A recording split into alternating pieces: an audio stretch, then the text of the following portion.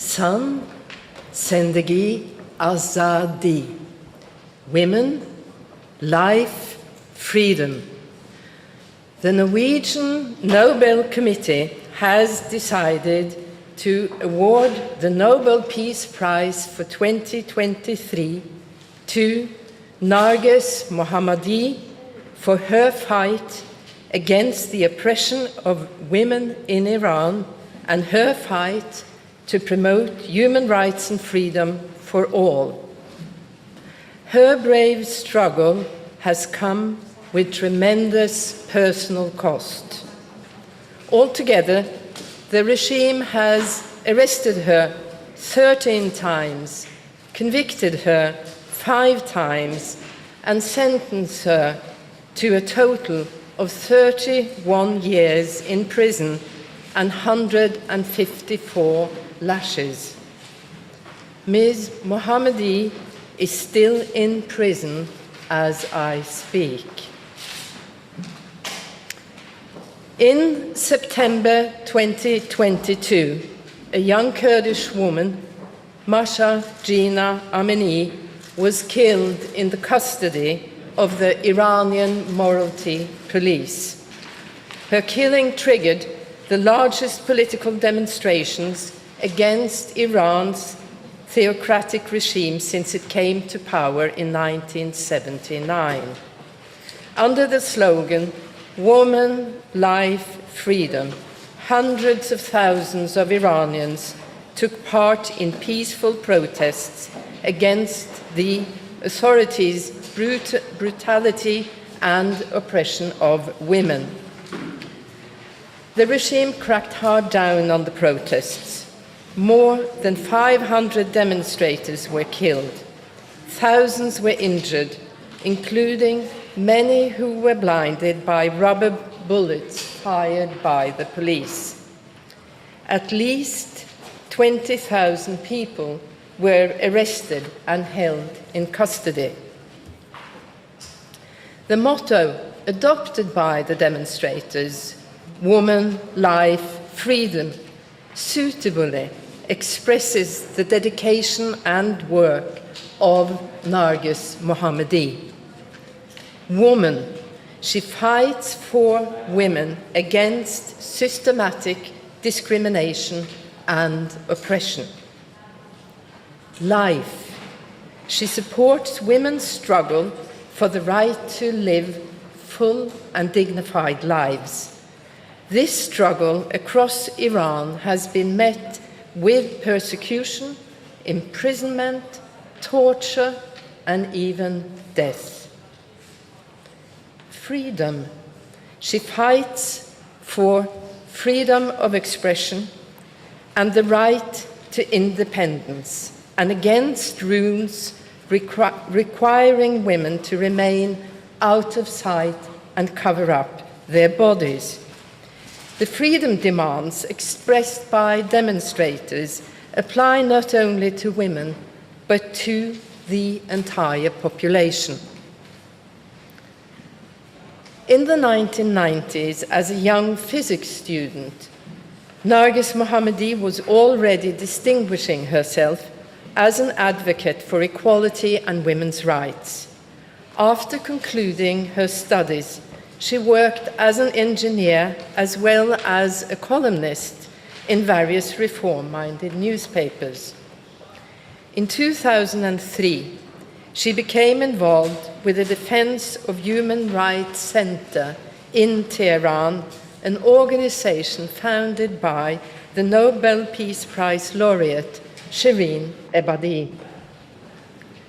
In 2011, Ms. Mohammadi was arrested for the first time and sentenced to many years of imprisonment for her efforts to assist incarcerated activists and their families. 2 years later, after her release on bail, Ms. Mohammadi immersed herself in a campaign against the use of death penalty. Iran has long been among the countries that execute the highest proportion of their inhabitants annually. Just since January 2022, more than 860 prisoners have been punished by death in Iran. Her activism against the death penalty led to the rearrest of Ms. Mohammadi in 2015 and to a sentence of additional years behind walls. Upon her return to prison, she began opposing the regime's systematic use of torture and sexualized violence against political prisoners, and especially women, that is practiced in Iranian prisons. Last year's wave of protests became known to the political prisoners held inside the notorious Evin prison in Tehran. Once again, Ms. Mohammadi assumed leadership. From prison, she expressed support for the demonstrators and organized solidarity actions among her fellow inmates. The prison authorities responded by imposing even stricter conditions. Ms. Mohammadi was prohibited from receiving calls and visitors.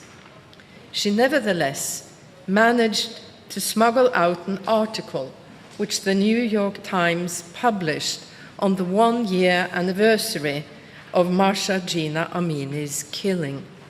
The message was, "The more of us they lock up, the stronger we become." From captivity, we ensure that the protests have not ebbed out. Narges Mohammadi is a woman, a human rights advocate, and a freedom fighter. Awarding her this year's Nobel Peace Prize, the Norwegian Nobel Committee wishes to honor her courageous fight for human rights, freedom, and democracy in Iran. This year's Peace Prize also recognizes the hundreds of thousands of people who in the preceding year have demonstrated against the theocratic regime's policies of discrimination and oppression targeting women. Only by embracing equal rights for all can the world achieve the fraternity between nations that Alfred Nobel sought to promote. The award to Narges Mohammadi follows a long tradition in which the Norwegian Nobel Committee has awarded the Peace Prize to those working to advance social justice, human rights, and democracy. These are important preconditions for lasting peace. Thank you. Madam Chair, what impact do you hope that this prize will have on the situation in Iran? This prize is first and foremost a recognition of the very important work of a whole movement in Iran with its undisputed leader, Narges Mohammadi. The impact of the prize is not for the Nobel Committee to decide upon. We hope that it is an encouragement to continue the work in whichever form this movement finds to be fitting. This is a person who is imprisoned. What will be the situation in December when she is actually given the prize? Well, if the Iranian authorities make the right decision, they will release her so she can be present to receive this honor, which is what we primarily hope for. How we will carry out the arrangements, we have a couple of months to plan that. Stolt from TV2 Norway. The three last year's laureates are receiving treatment from their respective governments following receiving the Nobel Peace Prize. How would you comment on the situation for the last year's winners? I'm sorry, how is my comment on? The last year's laureates, some of them in prison, they're still harassed by their governments. How do you comment on that situation? Well, it just shows, first of all, that democracy is on decline. There are plenty of authoritarian regimes around the world that suppresses opposition. And all these prizes, they illustrate that being a freedom fighter, being in opposition, comes at a very high cost. And of course, Mohammadi and Bialyatsky, they have this in common, that they have been fighting for basic human rights, and it has cost them everything, their lives. They are in prison on long, uncertain prison terms.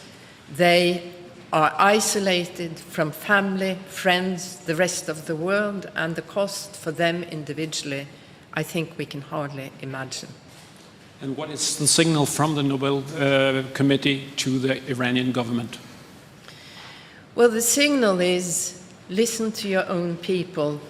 And the signal is sustainable societies have a civil society, have basic democratic rights, and respect individuals' human rights. That is the signal. Madam Chair, how has the committee reflected on whether or not this prize will affect Nargis Mohammadi's security situation? This is, of course, impossible for us to predict. She is already in prison. She has, over actually 3 decades since she was a student, led a life with a calculated risk. And she has taken the position that she will do what is right at all costs. But if there's any further repercussions against her, the responsibility for that is at the government or other people who carry out these repercussions. The war in Ukraine still has great impact for people all over the world. Why has this year's Nobel Peace Prize not reflected on that?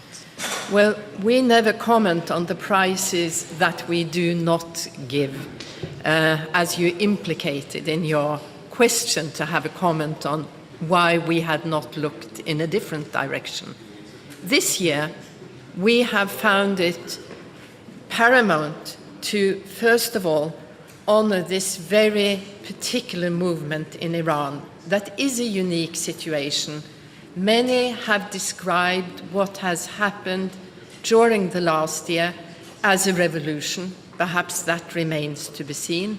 But what we do see is that a revolution carried out by women is a little bit different than other movements.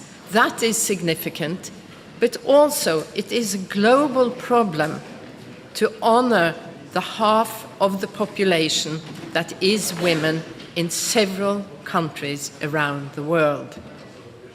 Mieszko Czarnecki, Gazeta.pl from Warsaw.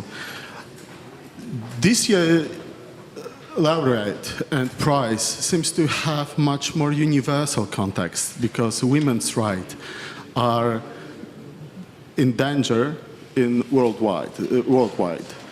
Don't you think that it is an address not only to Iranian government but to many other governments worldwide, not only in Iran but in Central or Eastern Europe, in Africa, in Southern America, and so on? Absolutely. But I will also say, and I would like to add, that I believe all the Nobel Prizes also have a universal impact. We connect it to one person, one movement, one situation, but there is a universal message of what it takes to create peaceful societies. Any further questions? Doesn't seem to be the case. So then the first conference is over. Thank you very much.